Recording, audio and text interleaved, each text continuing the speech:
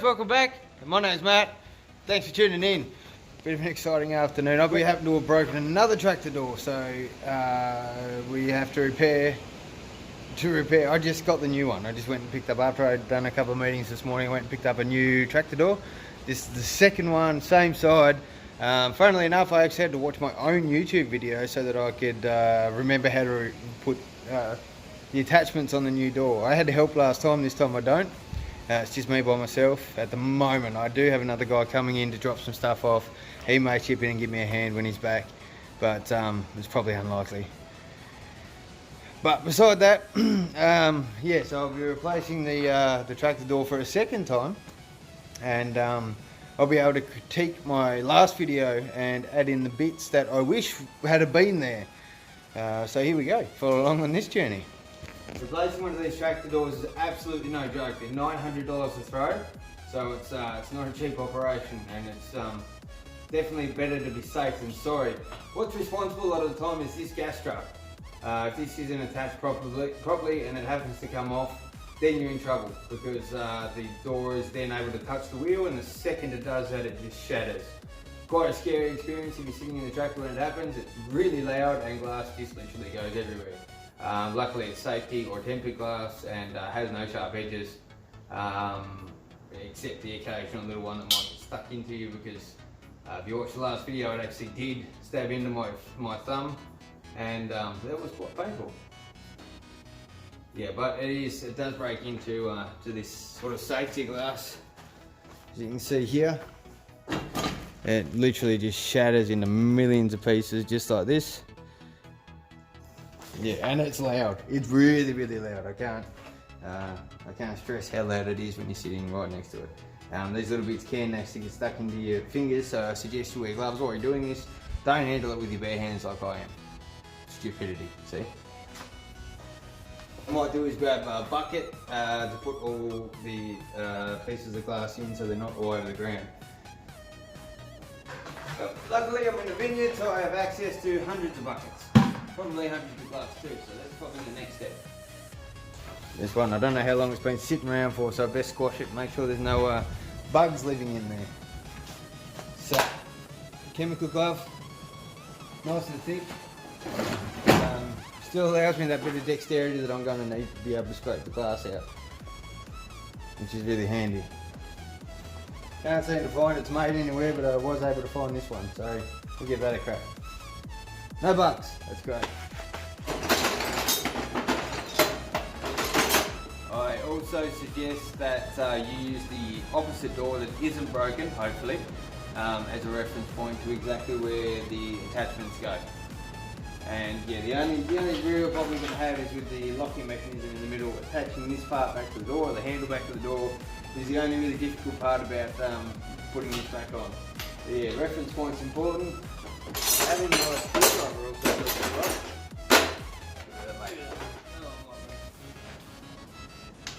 Yep, that's going to work. Okay, so at the moment I'm just removing the door handle. That one's off. Let's keep the bolt with it though, hey?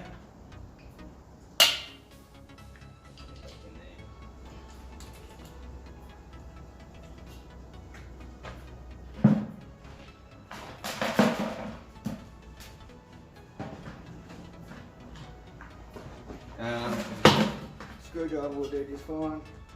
Scrape this glass out. Into the bucket. Oh, one more step. There is glass flying about, so let's be safe. Put on some safety glasses. Great.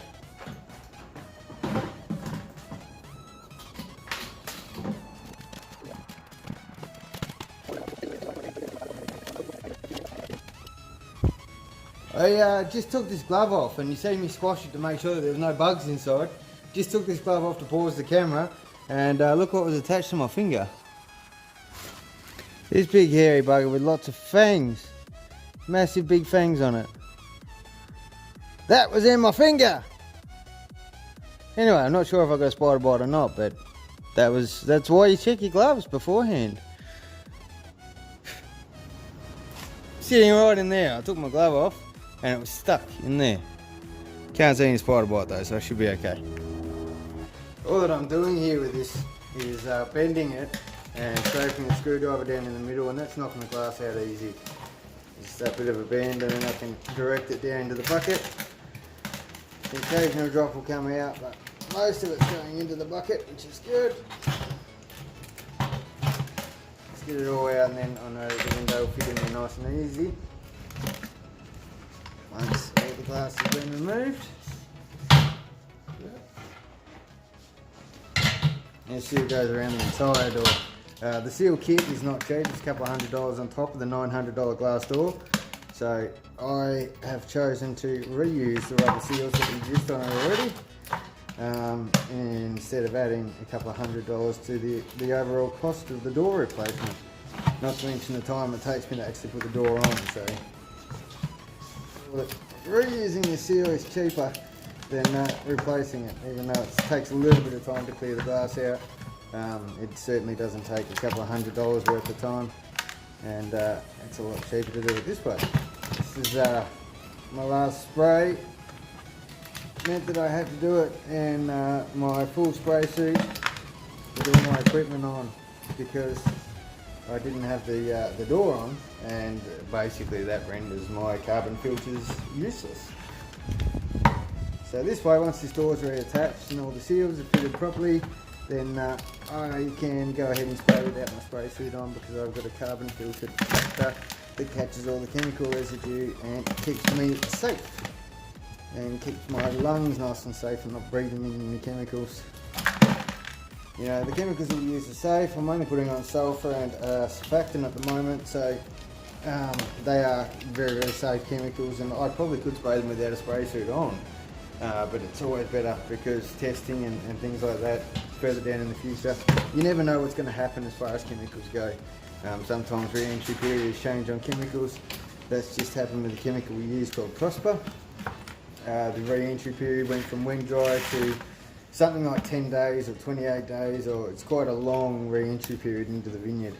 And when that sort of thing happens, it can be quite scary. That particular case, just because it had been assessed by Canada, which have very, very strict rules in regards to chemicals.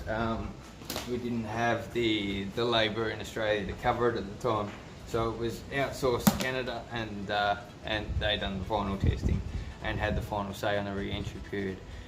That was because a new new use had been added for Prosper, a different product, and that is when these chemicals are reviewed and withholding periods can be changed. Other than that, once they've been tested the first time, that's it. They're on the market and they're not reviewed unless there's a need for it. Studies come up and that sort of thing. Here we go. Back to the door. Grab here as well. We'll be very careful. I don't want to smash this, that's for sure.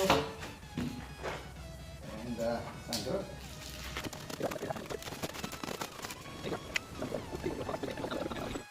Now, what you weren't able to see on the last video was actually in here. There's quite a large bolt, and you can't access the sides, it's too tight, but you can hold it with your finger and undo it like so.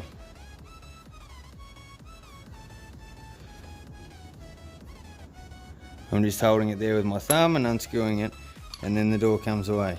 The door handle comes away, and this is the two parts that fit together with the locking mechanism stuff inside. Put that down on there. Same with this. There's the bolt.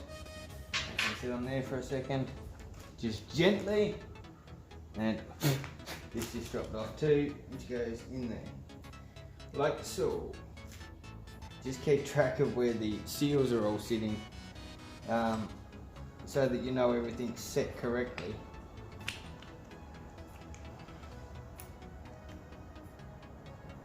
I'm going to have to pause you and then go and review my video once more so I can remember how all this fits together on the door frame. So I'll see you after I've done that. Alright, so because this is rubber and we want to have rubber contact on the door, so this has got a rubber seal here, and this has a rubber seal on this side also, so that's rubber contact. The door handle is on the outside of the door, like so. And the rest of this mechanism is on the inside of the door. The curvy part is on the outside, which we know, and then the rest is on the inside. So we're just going to lift this door handle up, put these aside, and we will fit this back together. Rubber seal first. This one back on. Like that. Oh.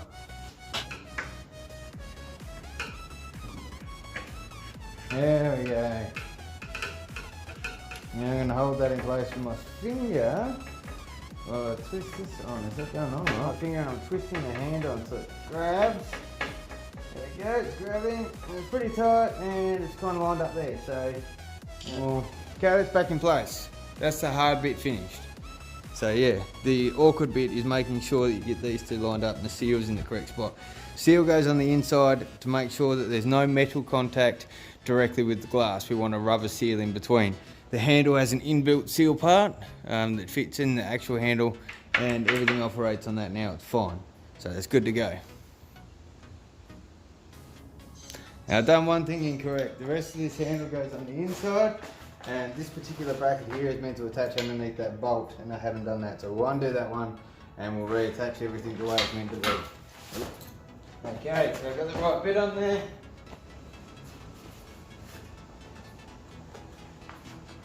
And let's get onto this.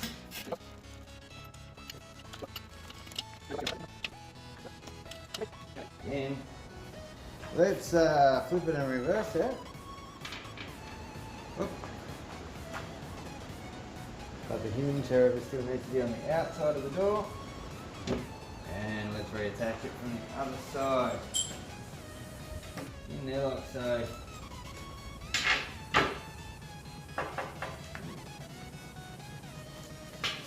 Then rubber seal.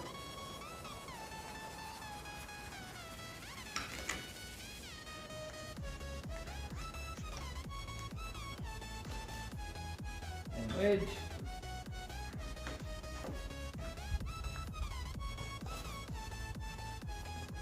And then the nut. And the washer.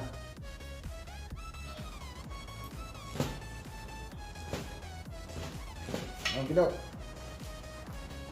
Now when this comes on the inside of the curve of the door,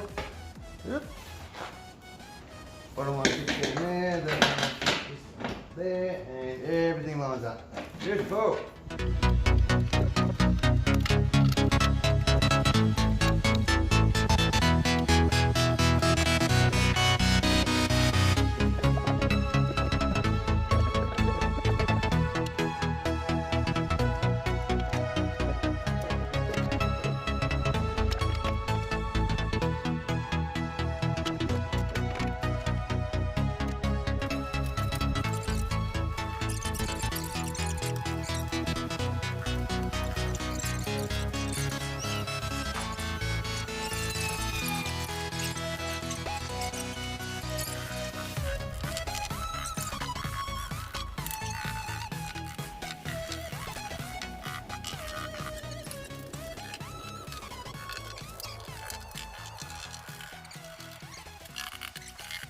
My phone ran flat before we could get the final installation of the door, but basically it was only putting it up on the hinges, so not that difficult at all. Anyways, ta-da, door's back on. There was no retrofitting this time, just fits. The gas strut there is also really important to remember. This is why the door smashed both times. The gas struts come off and just touched on the wheel there, and with the gas strut on it can't do that. So that is how you stop that problem from happening. Now the door's nice and solid, locked on there, we're done. Thanks for watching. If you enjoyed this video, hopefully found it a bit helpful, please consider liking and subscribing. I'd really appreciate it, and I'll see you all on the next one.